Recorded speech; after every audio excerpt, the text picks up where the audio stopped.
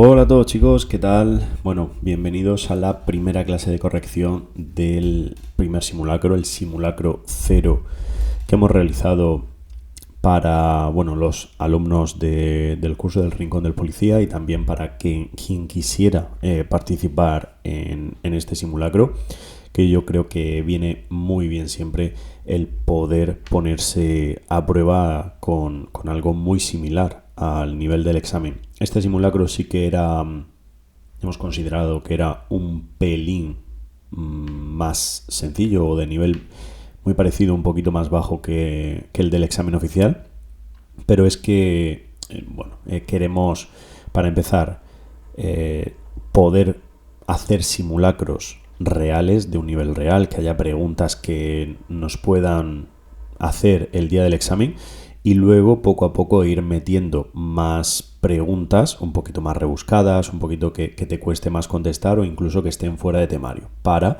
poder controlar bien la estrategia. Entonces, aquí lo que vamos a hacer en esta clase es analizar cuáles han sido las preguntas más falladas, que en base a todos los que habéis participado, pues hemos sacado esa información y tenemos un total de 300 participantes en el examen, con lo cual, es una cifra que, al menos pues en la época en la que estamos, todavía es pequeña, ¿vale? Porque muchos de los opositores todavía creo que no están preparados para afrontar un examen simulacro y probablemente no os habéis animado por eso. Si estás viendo este vídeo y has podido hacer posteriormente el simulacro, pues deja tu comentario y pon tu nota a ver si estás por encima o por debajo y tus sensaciones con respecto al mismo, ¿no? En cuanto a las notas, vemos que la nota más alta ha sido 9 puntos, a pesar de ser un examen relativamente fácil si tienes nivel. Hemos tenido a alguien que ha fallado incluso algunas preguntas. Eso es normal. 9 puntos está muy bien, está muy por encima de lo que consideramos como una nota mínima que hay que obtener en este examen. Nosotros habíamos fijado la nota que lo correcto o lo óptimo en este examen sería estar por encima de 6 puntos. ¿Qué es lo que ocurre? Lo que es la muestra de 300 personas hace que, lógicamente, quien se enfrenta a un simulacro de este tipo pues esté más preparado y prácticamente todas las notas han sido muy altas, con lo cual la nota de corte hace que este examen pues sea alto. Normalmente cuando la muestra es mayor, la nota de corte varía un poquito, baja un poco y se puede determinar también se puede determinar un poco mejor, ¿no? Pero más o menos estaría aquí detrás de esto rojo. Os pongo cuál es la nota de corte y ahora la vamos a ver. Tened en cuenta que la nota media es una, pero la nota de corte va a ser otra. La nota media se tiene en cuenta todos los que habéis hecho el examen, se suman todas las notas y se dividen entre todos, ¿no? Y se saca la media.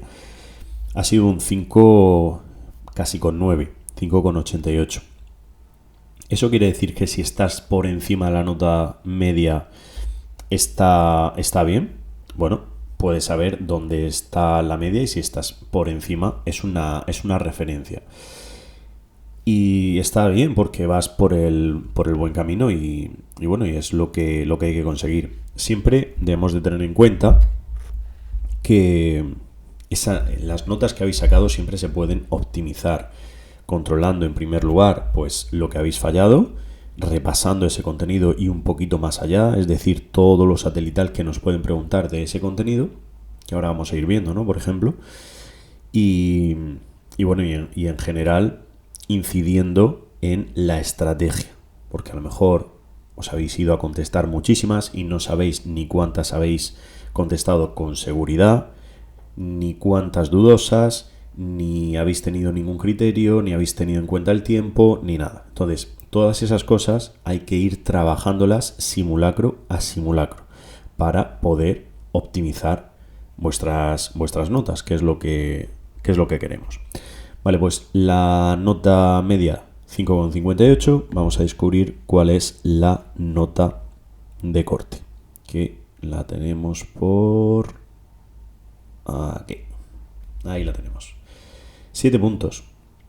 Una nota de corte alta. No sois muchísimos los que habéis conseguido por encima de 7 puntos. Hay bastantes que tenéis pues 7,1, 7,3, 7,4, y eso hace que al final la nota de corte suba, ¿no? Y hay muy poquitos, pues eso, que llegáis al 8 y pico, o al 9, que solamente hay una persona. En concreto es una alumna nuestra, ¿no? Así que nada, muy bien. Vamos a empezar a hacer la corrección de estas preguntas más falladas.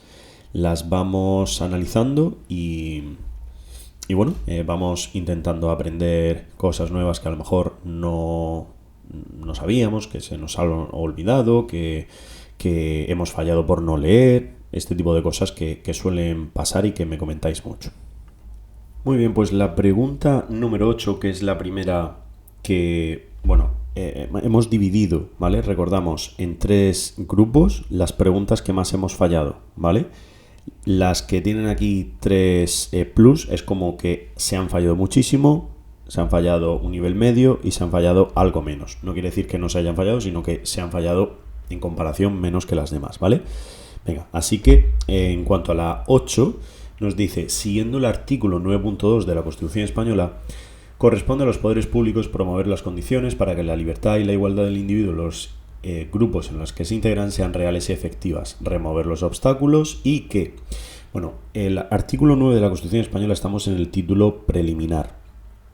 El artículo 9 normalmente lo estudiamos así de una forma un poco ligera, ¿no? Y creemos que lo controlamos y que lo sabemos, pero es cuando nos empiezan a poner este tipo de matices cuando nos lían un poquito. Entonces, ¿qué es lo que ocurre? Que aquí lo que debemos de tener en cuenta es que el artículo 9 lo debemos ver un poco estructuralmente. Se subdivide en 3 partes. La primera parte simplemente me está diciendo que todos, tanto los ciudadanos como los poderes públicos, estamos sujetos a la Constitución y al resto del ordenamiento jurídico. El 2, o sea, siempre hablamos del artículo 9 como el principio de legalidad, ¿no? Vale, pues en el primer punto me dice eso. En el segundo punto me va a decir que los poderes públicos tienen como una misión. Y esa misión se subdivide como en 3 verbos clave, 3 acciones, que es promover, remover y facilitar. ¿Promover el qué? Las condiciones para que la libertad y la igualdad del individuo y de los grupos en los que se integran sean reales y efectivas. Remover los obstáculos que dificulten o impidan la plenitud y por último, facilitar. ¿Facilitar el qué? La participación de todos los ciudadanos en la vida política, económica, cultural y social.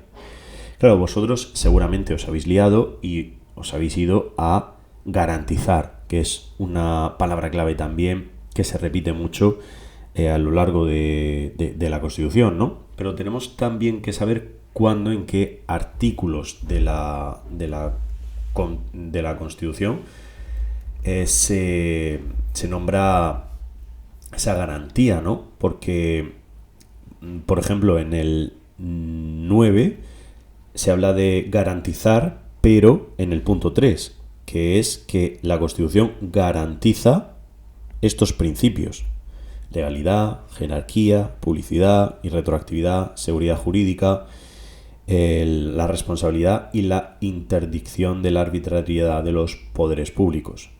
Por tanto, dentro, o sea, si os hacéis una idea y queréis estructurar bien esos verbos o acciones que nos pueden decir, pues se garantiza, se reconoce, tal, ¿no? por ejemplo, en el título preliminar, solamente en el artículo 2 nos va a decir que se reconoce y se garantiza el derecho a la autonomía. Con lo cual, ahí tenemos también una idea, bueno, y en el 9 que os acabo de decir, que se garantizan también todos estos derechos, ¿vale? De todos estos principios de legalidad, etcétera. Con lo cual, por lo que me está preguntando es, en el 9.2, esto de aquí, facilitar. Si esto lo hubiéramos tenido súper claro, ya directamente me voy a la pregunta y descarto la A y la B. Fijaos qué importante es ver las cosas esquematizadas y de una forma que yo con esto ya puedo estructurar un artículo y es difícil que ya se os olvide, ¿no?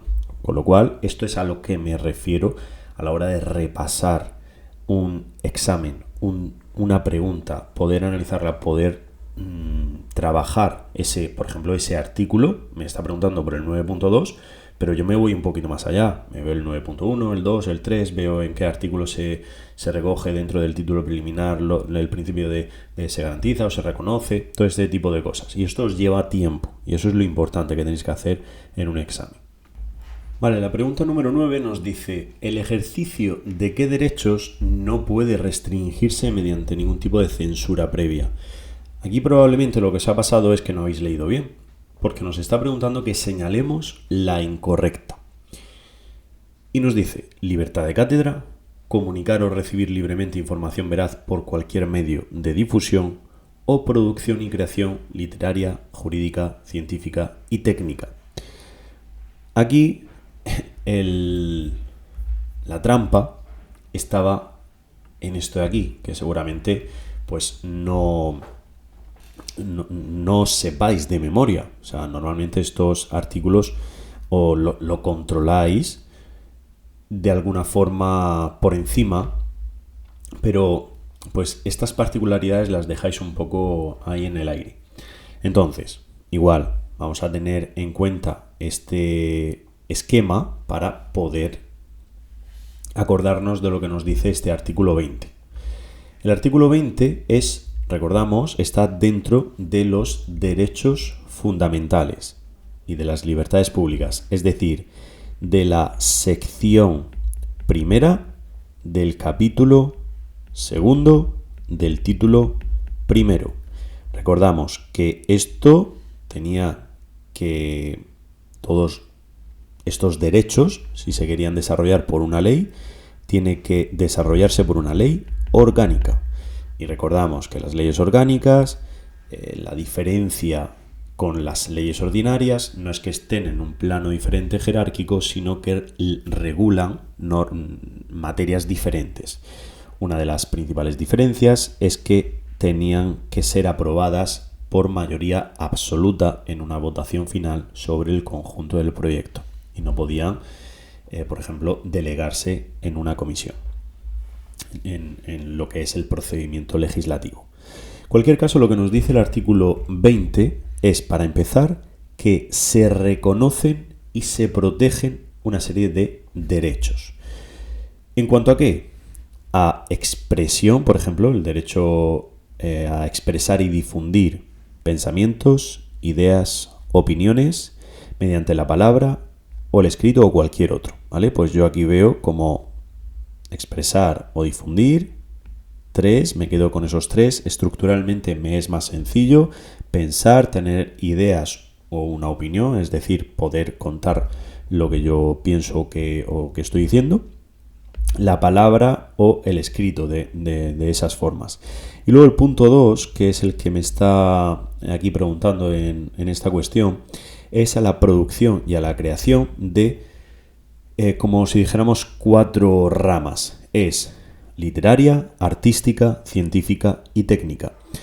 En concreto, la pregunta nos decía la producción y creación literaria jurídica. Ahí es donde está el error, ¿no? Porque es, si queréis acordaros de alguna forma de esta parte y que no se nos olvide, es, pues por ejemplo, podemos crear un cuento, un cuadro, un experimento o un prototipo.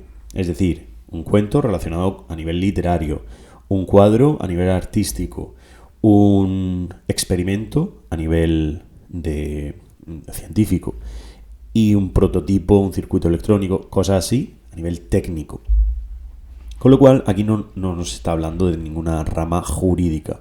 Si intentamos asociar cosas algo más sencillas, coloquiales, del día a día, a lo que nos está diciendo la ley, con ejemplos o algún tipo de algún tipo de forma que nos lleve a, primero, estructurarlo y después poder ayudar a nuestra mente a decir, vale, aquí Antonio me dijo, eran cuentos, experimentos, no sé, no se hablaba de nada relacionado a nivel de la rama jurídica. Podremos discernir en este tipo de preguntas y que en un examen no nos cueste tanto ver las diferencias aquí y perder tanto tiempo también, porque muchas veces perdemos tiempo. Fijaos que el artículo 20 aquí al final nos dice que el punto 2 dice el ejercicio de estos derechos no puede restringirse mediante ningún tipo de censura previa.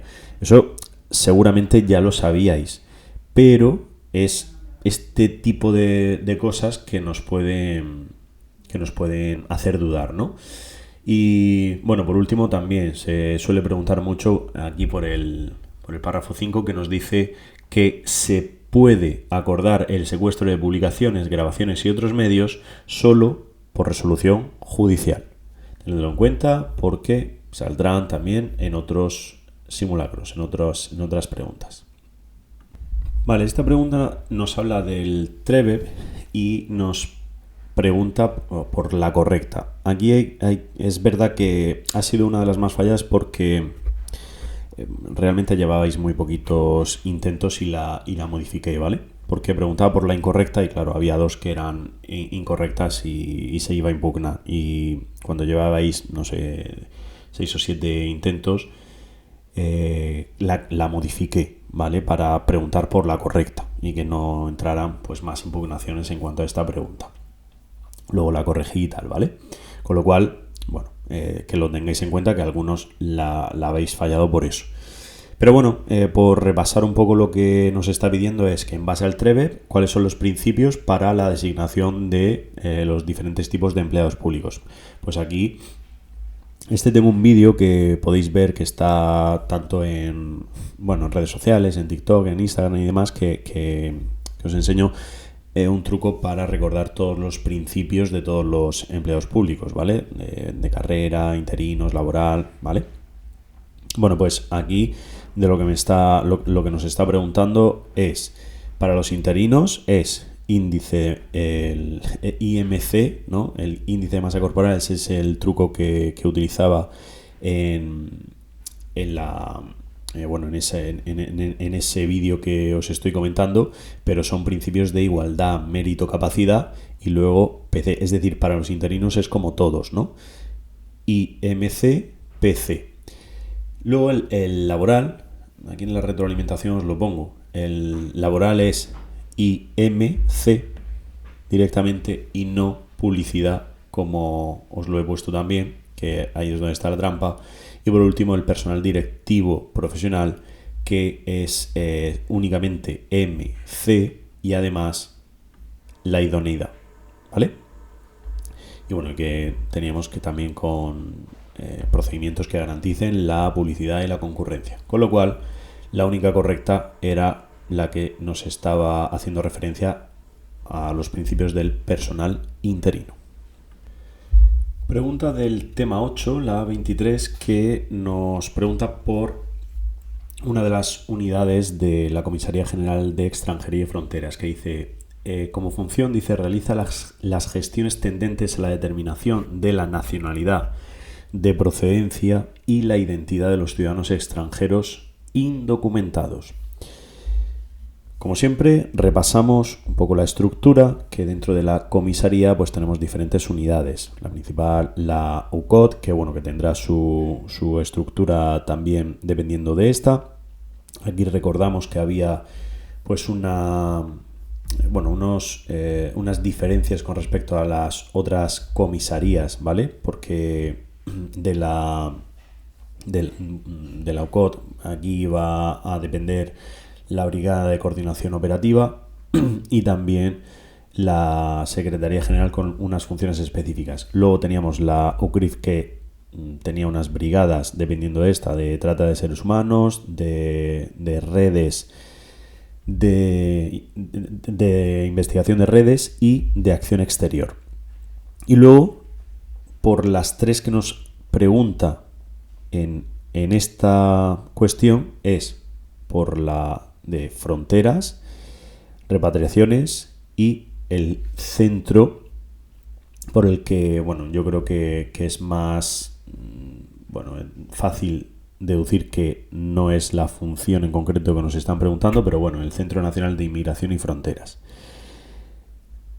Quiero que tengáis en cuenta un poco las funciones de forma general de lo que se ocupa cada una, para poder también, si nos sale alguna pregunta de este tipo, poder saber de lo que se ocupa, porque son unidades que tienen como muchas funciones, y cuando lo vemos ahí directamente en la orden es complicado establecer y estructurar cada una.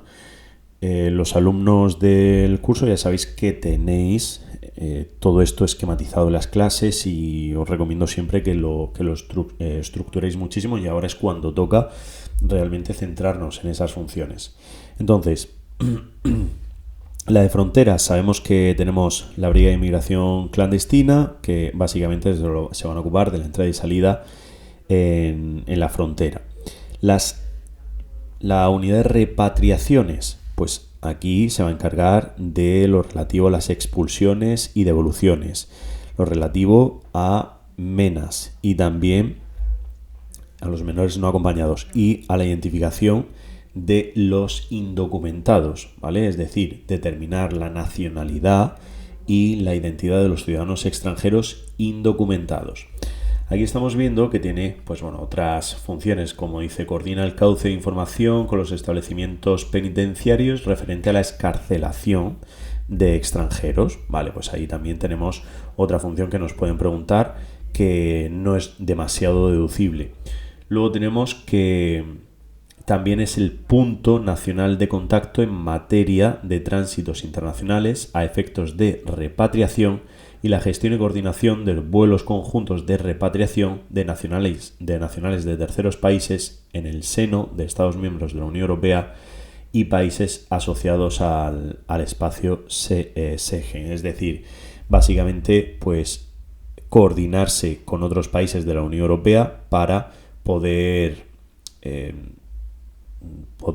enviar en un vuelo, por ejemplo, de repatriación a un ciudadano, en este caso una persona, un extranjero que está en un país de forma irregular y a lo mejor ha recibido una orden de expulsión y también ha sido identificado en España como un extranjero ilegal, irregular, con lo cual hay implicados dentro, varios países de la Unión Europea implicados, y tienen que, en vez de que cada uno haga como una repatriación de forma individual, se coordinan y hacen como un vuelo conjunto, ¿no?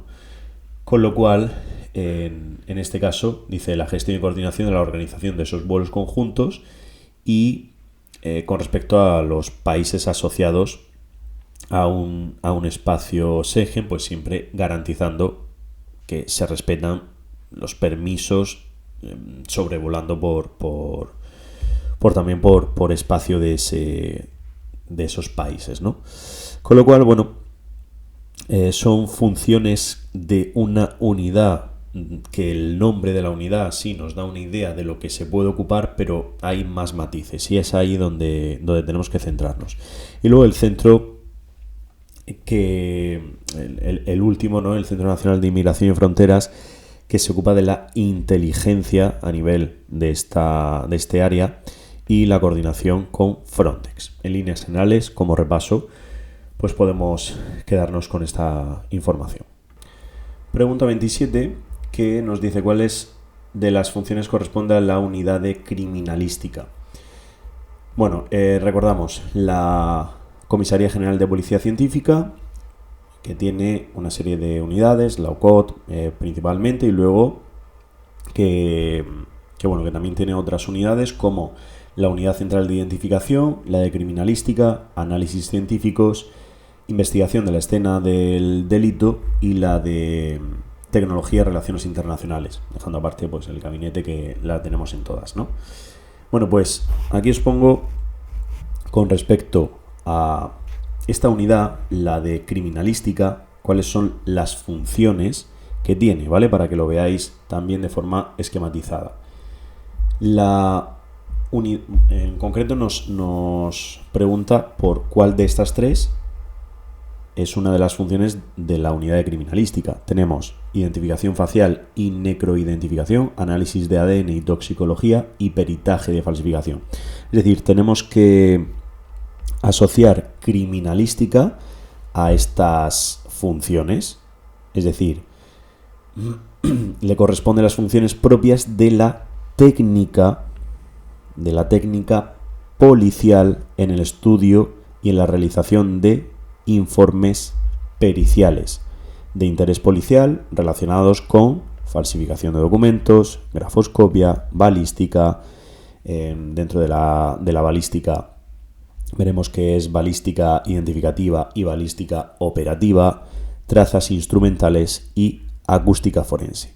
Por tanto, como veis, cuando nos habla simplemente ya de peritaje, nos vamos a ir a informes periciales de esta unidad, ¿no? De la unidad de criminalística. Identificación facial y ADN y demás serán otro tipo de unidades que bueno, aquí podemos asociar unidad de criminalística con informes, ¿no? O sea, siempre tenéis que intentar simplificar todo para que sea un poco más fácil encuadrar y poder situar en este caso dentro del organigrama. La pregunta 32 nos está preguntando por una de las funciones que vienen reguladas en el Real Decreto 769 de 1987 sobre regulación de la policía judicial. En concreto, recordamos que lo que nos dice esta norma es que las funciones de policía judicial las van a tener todas las fuerzas y cuerpos de seguridad. Da igual su naturaleza, dependencia y demás, es decir, Guardia Civil, Policía Nacional, policías autonómicas, policías locales. Lo que pasa es que va a haber dentro de los cuerpos policiales, puede haber unidades orgánicas de policía judicial, es decir, que se dediquen exclusivamente a la investigación del crimen, aseguramiento y detención del delincuente, etcétera, ¿no? Claro, puede darse algún caso en los que no haya disponibilidad de estas unidades. Entonces, siempre tenemos que separar, por un lado, las funciones de policía judicial. O sea, si nosotros hablamos de policía judicial, tenemos que hablar de policía judicial a nivel genérico y a nivel específico, ¿no? Genérico lo tienen todas las fuerzas y cuerpos de seguridad, específico las unidades orgánicas de policía judicial. Cuando hablamos de las funciones en sí, tanto de Policía Nacional, Guardia Civil, policías locales, etcétera, vamos a ver que tienen funciones en cuanto a policía judicial, realizar diligencias de investigación, etcétera. Entonces, en concreto, el artículo 3 de esta norma nos dice esto, que, bueno, en concreto, las unidades orgánicas de policía judicial dependen de jueces, tribunales y Ministerio Fiscal en cuanto a sus funciones de investigación y demás, ¿no? Vale. Pues lo que nos dice el artículo 3 es que puede ser que en defecto de unidades de policía judicial, los jueces, tribunales y Ministerio Fiscal, cuando no haya esta disponibilidad, en vez de darle las órdenes a la unidad orgánica de policía judicial, coge y pueden dársela a las fuerzas y cuerpos de seguridad con las instrucciones concretas de cómo tienen que practicar esas diligencias en base al artículo 288 de la Ley de Enjuiciamiento Criminal. Claro, las otras respuestas nos están diciendo que solo las unidades orgánicas de policía judicial de las fuerzas y cuerpos de seguridad practicarán por su propia iniciativa y tal, esto no es correcto, y las unidades orgánicas de policía judicial se estructuran con arreglo a la distribución territorial y podrán constituirse secciones de las mismas en aquellas poblaciones cuyo índice de criminalidad se aconseje. Bueno, pues en este caso lo que nos está preguntando, y la única que es correcta, sería esta. Si queréis, como esta norma no es demasiado compleja, sobre todo los primeros artículos que nos hablan de este tipo de cosas, me parece interesante que podáis revisarla, ¿vale? Si estáis estudiando, pues por ejemplo, el tema 9, nos estudiamos la Ley Orgánica de Fuerzas y Cuerpos de Seguridad y incluimos este tipo de información que es susceptible de ser preguntado y me parece interesante. Vale, pregunta del tema 9 de la Ley Orgánica de Fuerzas y Cuerpos de Seguridad, 286. En concreto, nos habla de las policías autonómicas y las competencias de estas, ¿no? Bueno, pues a través de las policías de cada comunidad autónoma que se puedan crear, existen unas funciones y tenemos que separarlas en funciones propias, en colaboración, es decir, propias de la propia policía autonómica, en colaboración con las fuerzas y cuerpos de seguridad del Estado y de prestación simultánea con las fuerzas y cuerpos de seguridad del Estado, es decir, colaboración, simultánea y propias. Las propias tenemos que son 4, ¿vale? Que son velar por el cumplimiento de las normas, órdenes, disposiciones, vigilancia y protección de personas, edificios y demás de la propia comunidad autónoma, la inspección de actividades sometidas a normas de la propia comunidad autónoma y el uso de coacción en orden a la ejecución forzosa de actos o disposiciones de la propia comunidad autónoma. Esas son propias, pero luego tenemos que distinguir bien entre las de colaboración y las de prestación simultánea. Colaboración, velar por el cumplimiento de las leyes a nivel estatal y garantizar el funcionamiento de los servicios públicos esenciales, es decir, a nivel estatal que funcionen en esa comunidad autónoma, en colaboración con las fuerzas y cuerpos de seguridad.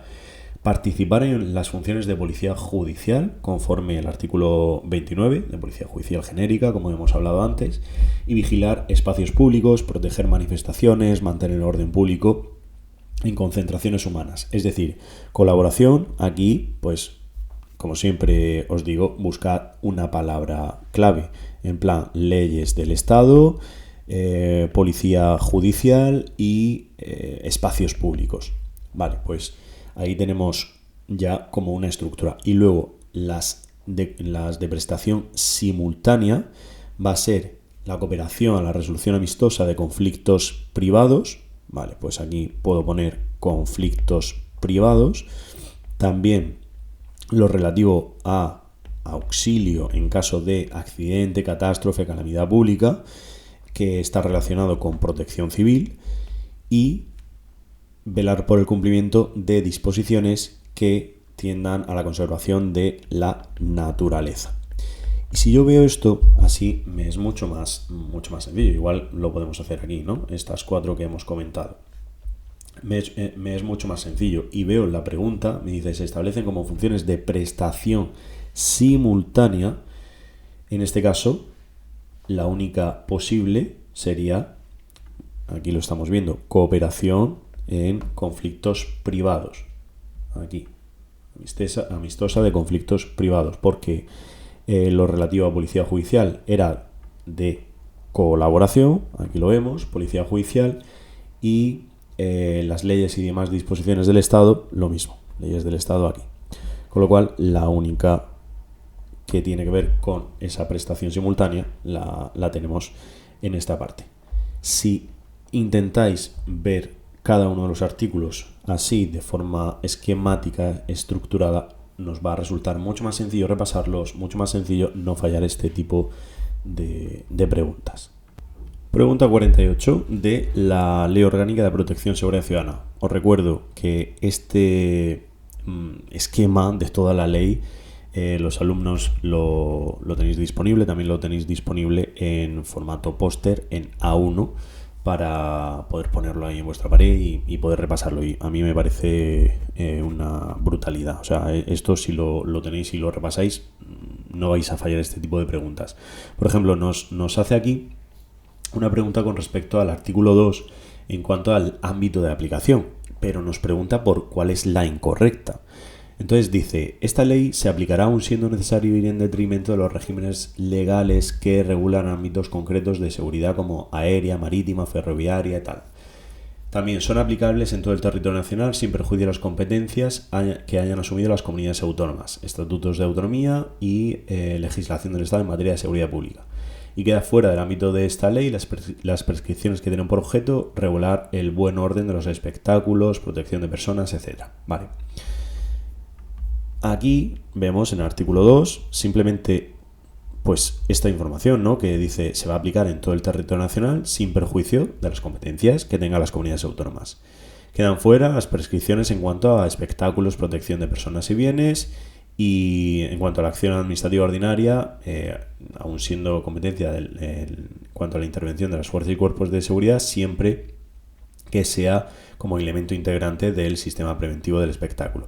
Dice, sí se va a aplicar sin menoscabo de que haya ámbitos concretos como los aéreos, marítimos, ferroviarios, vial, transporte, quedando a las salvaguardadas de la seguridad nacional y en lo relativo a los estados de alarma, excepción y sitio. Por tanto, la única aquí que es incorrecta es esta de aquí. Dice, esta ley se aplicará aun siendo necesario ir en detrimento de los regímenes legales que regulan ámbitos concretos. Porque la ley lo que nos dice es que se aplicará sin menoscabo de los regímenes legales que regulan esos ámbitos concretos, ¿vale? Es un poquito difícil de ver, pero tenemos que ir también a este tipo de cosas, aprender la estructura, entender y memorizar este tipo de cosas para no volver a fallar. Perdonad que se me había pasado esta pregunta en la 46 que dice ¿qué limitaciones es correcta respecto al transporte y distribución de objetos valiosos o peligrosos y explosivos en materia de seguridad? Esto es una pregunta que está un poquito fuera de lo que os aconsejo estudiar siempre, pero bueno, vamos a repasarla, que es en referencia al reglamento de seguridad privada. Como os digo, no os recomiendo que os metáis a estudiaros todo el reglamento, ¿vale? Y es una de las preguntas que posiblemente es buena para dejarse en blanco, ¿no? Entonces, lo que aquí nos dice en el reglamento de seguridad privada con respecto a los vehículos es que, por ejemplo, la prestación de servicios de transporte de objetos valiosos o peligrosos se tienen que hacer en vehículos blindados. Pues en los vehículos blindados, cuando se tenga que hacer de esa forma, aquí, por ejemplo, nos dice está integrada como mínimo por 2 vigilantes. No, el número mínimo van a ser 3. Y uno de los cuales tiene la función de conductor. Luego nos dice que los viajantes de joyería pueden llevar consigo reproducciones de joyas u objetos preciosos cuya venta promocionen piezas originales cuando su valor en conjunto no exceda de la cantidad que determine el Ministerio de Justicia o de Interior. Esa es la correcta. Porque luego nos dice que las características de los vehículos de transporte de explosivos se determinan teniendo en cuenta lo dispuesto en el Reglamento General de Vehículos. No, esa no es correcta porque cuando se transporten explosivos es una mercancía peligrosa, con lo cual se va a tener en cuenta lo estipulado en el Reglamento de Transporte de Mercancías Peligrosas, el TPC. Por tanto, pues bueno, como pequeño repaso de esta pregunta, bien, lógicamente es la que más habéis fallado, la que más habéis dejado en blanco y es lógico.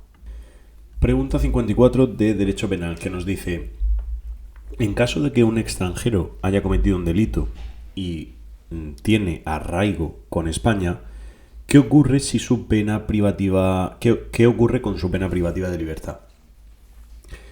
Claro, dice, puede ser sustituida, no puede ser sustituida por expulsión. Siempre se sustituye por una expulsión o solo se sustituye si se cumplen con 3/4 partes de la pena. Bueno, aquí nos tendríamos que ir al artículo 89 del Código Penal, que nos dice que cómo se regula la sustitución de las penas privativas de libertad por la expulsión del territorio nacional de extranjeros. Cuando la pena de prisión sea superior a 1 año, lo que nos dice es que se puede sustituir el cumplimiento de la pena por la expulsión. Sin embargo, cuando exista un arraigo por parte del extranjero, lo que ocurre es que el juez, considerando las circunstancias del hecho, de la persona, etc., se puede considerar que la expulsión sería desproporcionada, simplemente por ese arraigo, ¿no? Con lo cual, ahí lo estamos viendo, dice, cuando un extranjero tiene arraigo en España, la pena privativa de libertad no puede ser sustituida, ya que hay una relación, dice, valora la relación establecida con el país, el impacto social y personal que una expulsión tendría sobre su vida y con la de su entorno. Con lo cual, puede ser un factor determinante de ese arraigo para no sustituirlo con la expulsión. Probablemente esta os la hayáis dejado en blanco también. Vale, esta pregunta también es bastante buena porque dice: Pablo y Damián están participando en un experimento sobre la ira, donde han firmado un consentimiento sobre diferentes actuaciones. No habla que se pueda ni pegar ni otro tipo de actos relacionados con la violencia. Durante el mismo se pelean y Damián pierde un diente, por lo que tiene que ser intervenido para la colocación de una prótesis. ¿Qué tipo penal es esta conducta, no? ¿Comete un delito de lesiones agravado? ¿Comete un delito de lesiones? ¿O comete un delito de lesiones pero atenuado?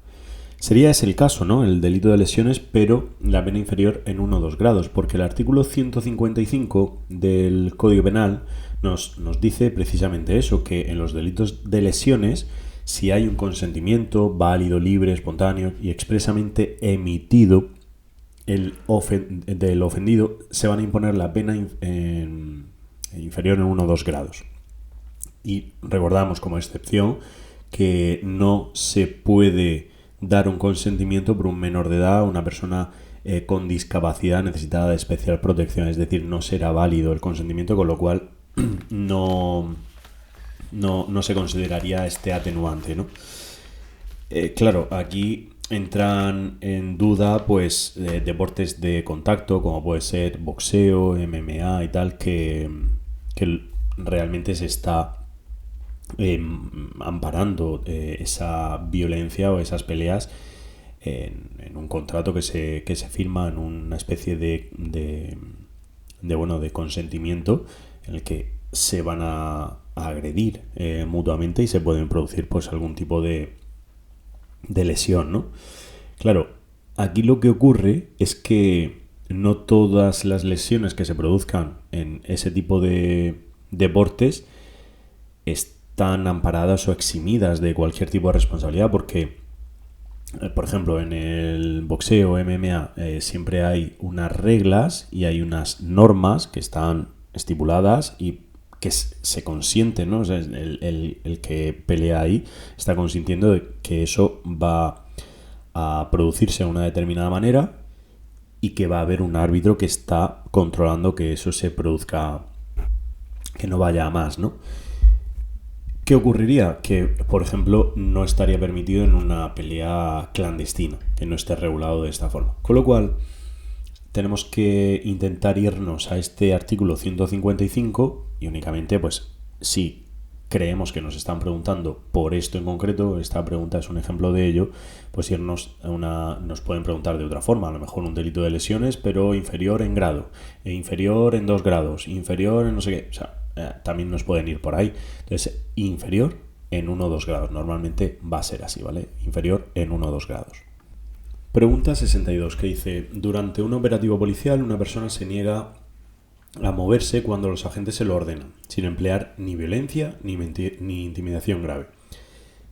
Según el Código Penal, bueno, realmente esta pregunta está queriéndonos pues eso, que ver si entendemos la diferencia entre desobediencia, resistencia grave o desobediencia o resistencia leve. Cuando es grave, y hay violencia e intimidación, se va a considerar grave, nos tenemos que ir al Código Penal, delito, ¿vale? Puede ser delito de atentado o de desobediencia a la autoridad del 556. Pero si no, si es leve, nos vamos a ir al ámbito administrativo, a la Ley Orgánica de Protección y Seguridad Ciudadana, al artículo 36. Entonces, la diferencia clave es eso, es ese matiz, si es leve o si es grave. Un ejemplo que puede darse en cada uno de los casos es como resistencia leve, es, pues, por ejemplo, un manifestante dentro de una manifestación que está recibiendo órdenes por parte de un policía y no se quiere mover. Esa desobediencia pues puede ser leve, ¿no? Porque ni hay violencia ni intimidación, hay simplemente una omisión de lo que es el acatar esa orden, moverse, lo que sea, ¿no? Pero si va un poco más allá, es decir, si hay una resistencia grave, en cuanto a que vamos a imaginar que estás intentando detener a una persona y esa persona se resiste pegándote empujones, patadas o lo que sea, hay ya una resistencia grave porque sí que hay esa violencia. En el caso de la desobediencia, pues sería no hacer caso a las indicaciones de un policía, pues por ejemplo saltarte un control, pidiéndote el policía que pares y no haciendo caso. En este caso ya no es leve en cuanto a que no ocurre nada, ni hay ni intimidación ni nada por el estilo, sino que va más allá, ¿no? Entonces es un poco que entendáis esa diferencia y según cada caso pues podemos ir a uno o a otro. La 73 nos dice ¿qué recurso se presenta ante el Tribunal Supremo para revisar una infracción de norma en una sentencia? Mirad, aquí os pongo la diferencia entre los tres para entenderla un poco mejor, ¿no?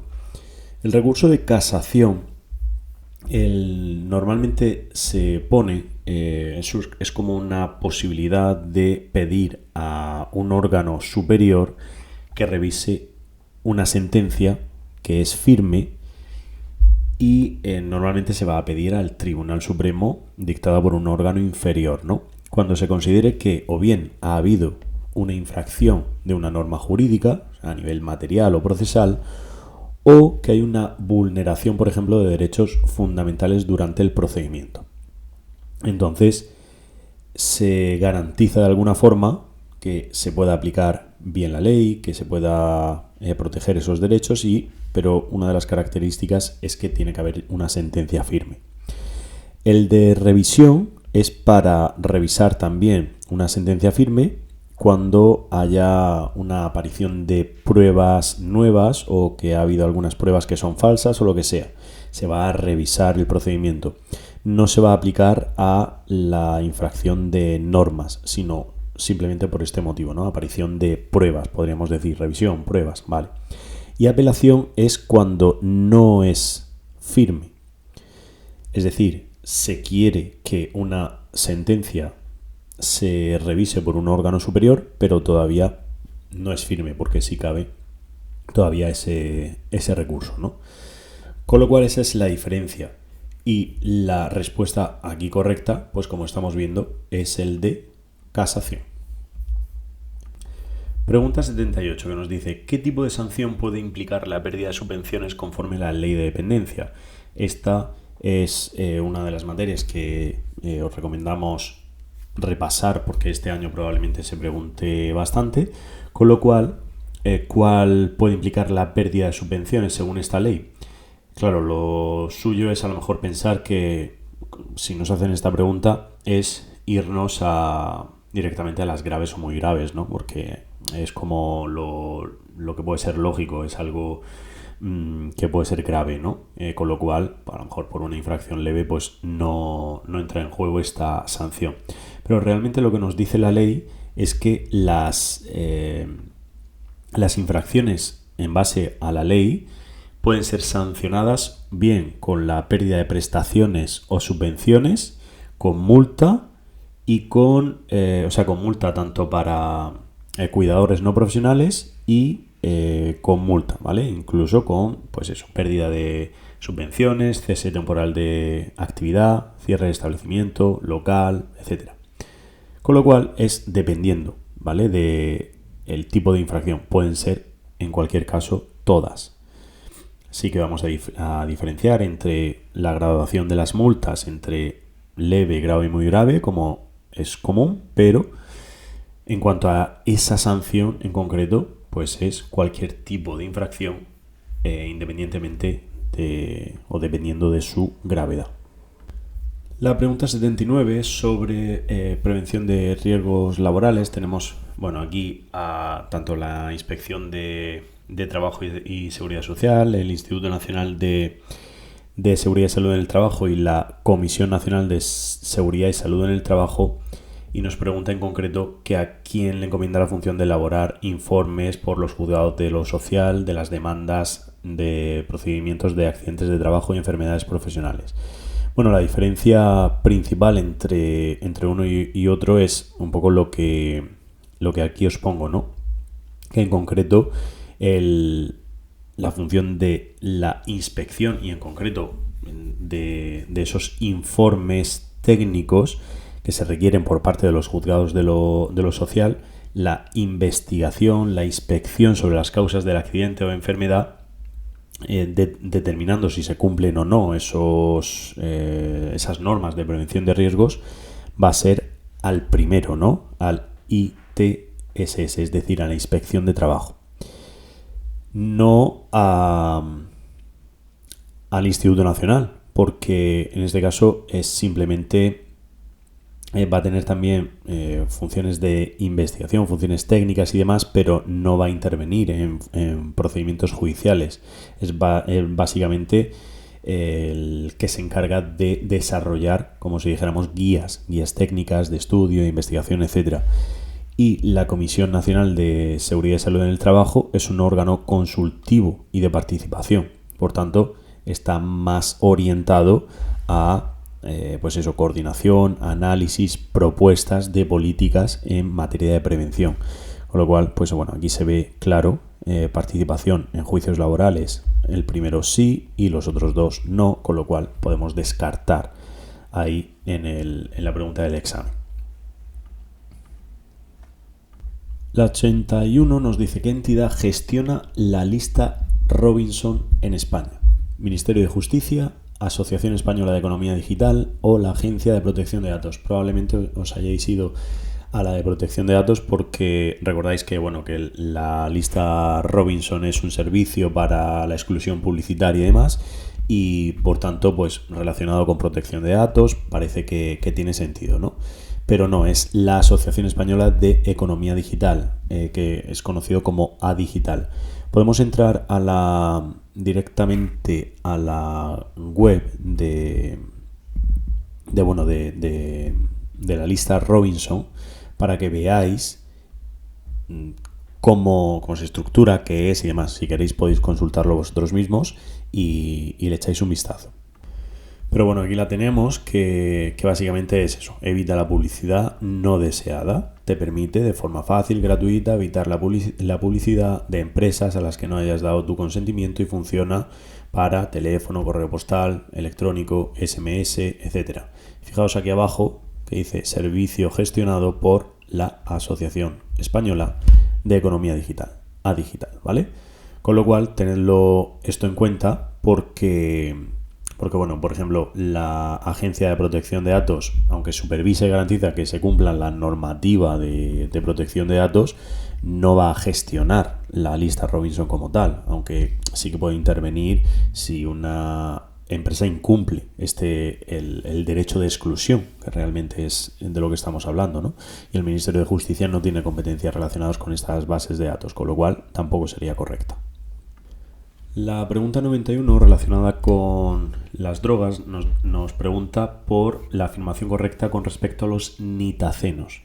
Los nitacenos son unos superopioides, ¿no? Es como mucho más potente que la heroína o que el fentanilo, ¿no? Que ahora está tan de moda. Y esto es porque, son drogas opioides que están causando un problema bastante grave, mucha sobredosis, y por tanto es más potente que la heroína. Esto realmente hay que tener en cuenta que también, por un lado, el fentanilo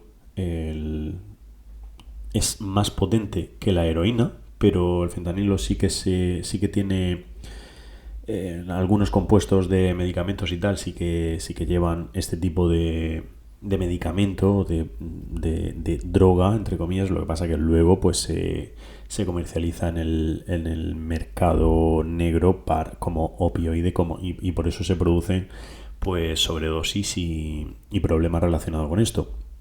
Pero luego los nitacenos también son opioides sintéticos, en cuanto a que lo que ocurre es que se desarrollan pues en la década de 1950, o sea, la opción A sí que es correcta, pero lo que nos dice al final, que dice y aprobados para uso médico en humanos, eso no es correcto.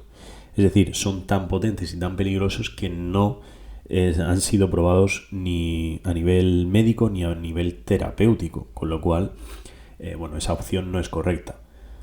La opción C, que dice son menos potentes que el fentanilo y presentan menor riesgo de sobredosis, tampoco es correcto.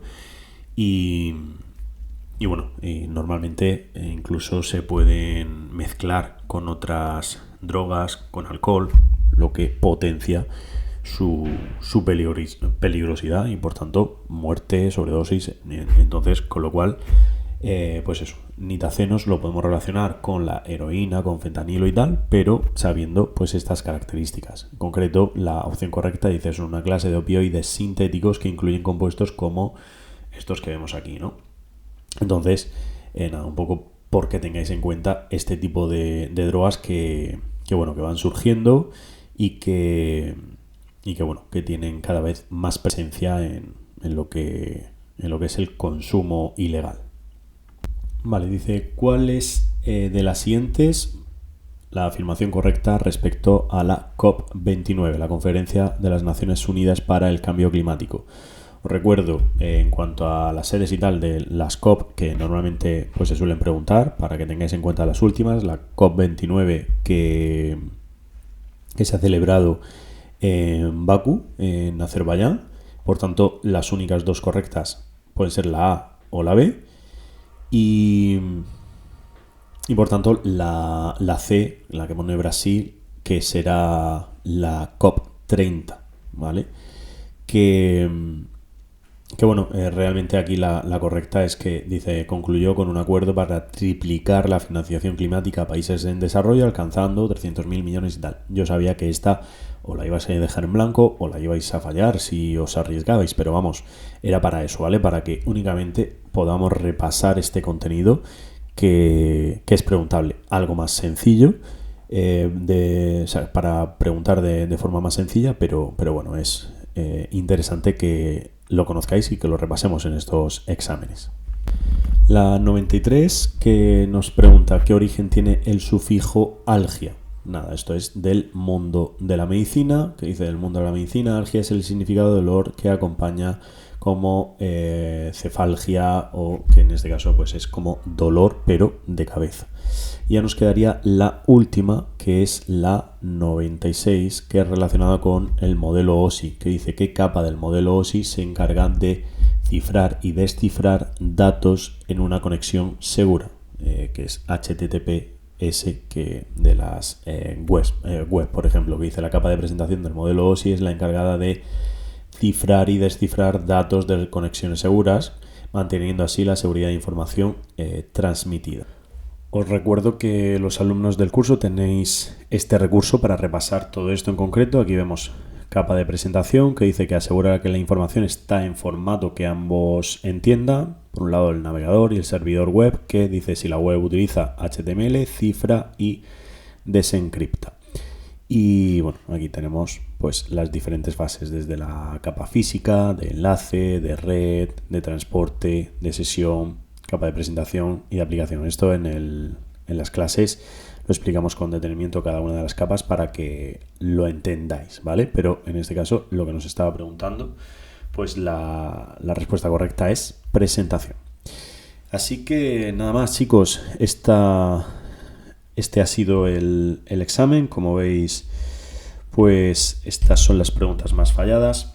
Un repaso interesante a este tipo de preguntas y que podáis de cada uno de los exámenes analizarlo, repasar, esquematizar, intentar memorizar la información que nos están preguntando y bueno, que en los siguientes exámenes alguno haremos de recopilación de preguntas más falladas o incluso preguntas parecidas a las más falladas para que podáis poneros a prueba. Así que nada más, chicos, cualquier cosita que necesitéis nos lo vais comentando. Un saludo, hasta la próxima clase. Adiós.